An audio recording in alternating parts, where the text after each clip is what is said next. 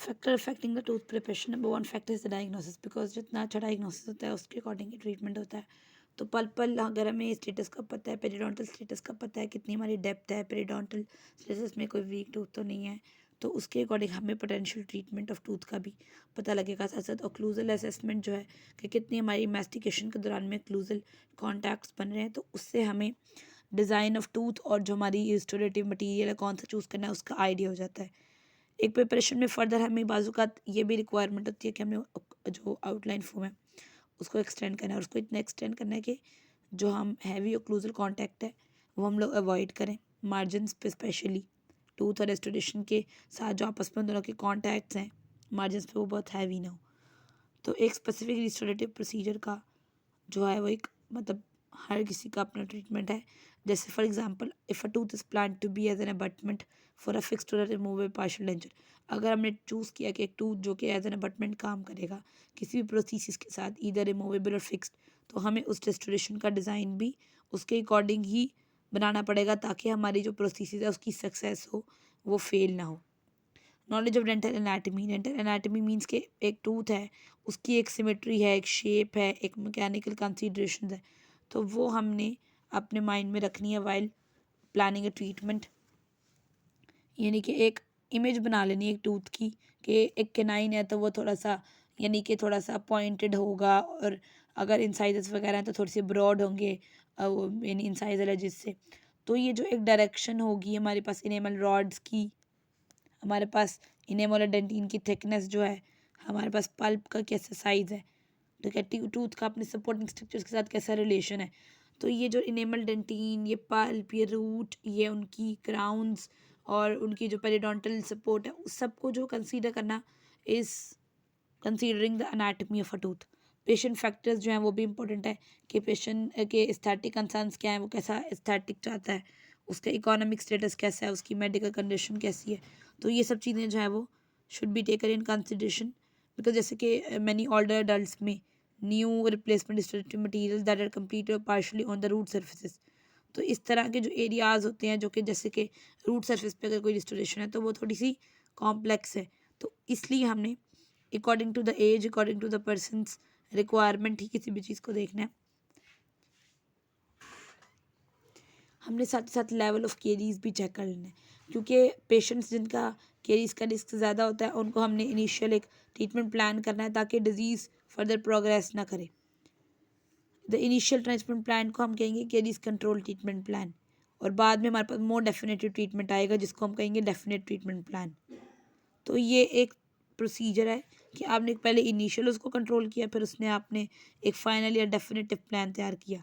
मोर conservative less expensive definitive हिस्टोरिस्टिक procedures may be indicated, जब तक एक पेशेंट की ओरल कंडीशन बेहतर नहीं हो जाती, जब तक उसका केयर इसका रिस्क कम नहीं हो जाता, आपने इस डेफिनेटिव ट्रीटमेंट को कंटिन्यू करना है। Conservation of the root structure, ये बहुत इंपॉर्टेंट पॉइंट है बिकॉज हमारा प्राइमरी पर्पज़ ये होता है कि हम कम से कम पार्ट को डैमेज करें और मैक्सिमम पार्ट को हम लोग कंजर्व रखें किसी भी तरह के ट्रोमा से, किसी भी तरह की डैमेज से। तो क्योंकि पल्प को वाइटल रहना बहुत ज़रूरी है। पल्प टॉलरेंस जो है वो हमारे पास is usually favourable. Pulp should not be subjected to unnecessary abuse for poor और केयरलेस ऑप्टिव प्रोसीजर, कि वो गैर ज़रूरी तौर पर पल्प के अंदर तक नहीं जाना, पल्प को डिस्ट्रॉय नहीं करना, because pulp is that part of the tooth which is you know sensitive and वो बहुत जल्दी एक्सपोज भी हो जाती है। तो जब आपके पास कम टूथ स्ट्रक्चर रिमूव होगा तो पल्प को जो है वो डैमेज करने के चांसेस कम होंगे, और एफर्ट करनी चाहिए कि आपने रेस्टोरेशन इस तरह की बनानी है कि वो कंजर्वेटिव हो। उसका मतलब है कि इसके अंदर कम से कम आपका जो टूथ है वो मतलब कि इन्वॉल्व हो। जितनी स्मॉलर टूथ प्रिपरेशन होगी उतना ही आपका स्ट्रॉन्गर होगा अनप्रिपेयर टूथ स्ट्रक्चर।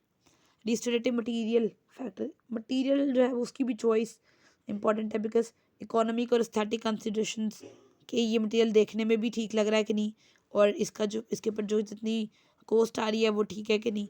तो एक जो ऑपरेटिंग एरिया को आइसोलेट करना है एंड एक्सटेंट ऑफ लीजन और द डिफेक्ट, ये दो चीज़ें आपको बताएंगी कि आपने कौन सा मटीरियल कि आइसोलेट कर सकते हैं, पॉसिबल है आइसोलेशन, और लेयन वगैरह कितनी एक्सटेंडेड है और डिफेक्ट हमारा कितना ज़्यादा डीप है, उसके अकॉर्डिंग ही हम कोई भी मटेरियल चूज़ करेंगे।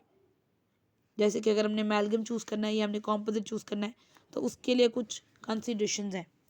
एंड अमेलगम जो है उसके लिए आपके पास टूथ प्रिपरेशन स्पेसिफिक होनी चाहिए, उसमें retention of the material with in the tooth के वो रिटेन रहे मटेरियल की बल्क क्वांटिटी में भी स्ट्रेंथ होनी चाहिए, मार्जिन पे भी स्ट्रेंथ होनी चाहिए। इनडायरेक्ट कास्ट मेटल रेस्टोरेशन में भी हमारे पास पूरी एक प्रिपरेशन करनी पड़ती है, जिसमें जैसे कि आपने प्रॉपर सीटिंग करानी है रिजिड रेस्टोरेशन की, उसकी क्या वो सरफेस कॉन्फ़िगरेशन बनानी है, उसकी है रिटेंशन करनी है बाय कास्टिंग, तो और साथ ही साथ वॉल्स को भी पैरेलल करना है। तो ये कुछ स्पेसिफिक चीज़ें हैं जो आपको अमेलगम करनी पड़ेंगी ताकि उसकी जो रेस्टोरेशन है वो सही रहे। और जो कॉम्पोजिट है उसके अंदर कोई इतनी कोई प्रिसाइज टूथ प्रिपरेशन की आपको ज़रूरत नहीं है। आप एक एडेसिव बॉन्डेड कॉम्पोजिट लोगे जिसके अंदर जो एज स्ट्रेंथ है वो लो नहीं होगी और वो टूथ के साथ माइक्रो मैकेनिकली बॉन्ड करेगी। ये फीचर क्या होता है, इससे जो टूथ प्रिपरेशन के अंदर कॉम्प्लेक्सिटी है कम हो जाती है। दैट मीन्स कि अमेलगम में मोर टूथ प्रिपरेशन रिक्वायर्ड और कंपोजिट में जो है वो कम टूथ प्रिपरेशन की ज़रूरत होती है। तो इसका मतलब है कि कुछ ऐसी रेस्टोरेशन होते हैं जिनमें और भी ज़्यादा आपके पास टूथ प्रिपरेशन आपको चाहिए होती है। Ceramic inlay and only require specific tooth preparation, ठीक है, उनके अंदर और हमें डीपली जाके कि वो सरफेस एंगल्स, वॉल्स, मार्जिन्स, इन सबको देखना पड़ता है ताकि हमारे पास स्ट्रेंथ सफिशेंट हो, क्योंकि स्ट्रेंथ अच्छी होगी तो फ्रैक्चर को रेजिस्ट करने की कैपेबिलिटी भी एक रेस्टोरेशन की अच्छी होगी।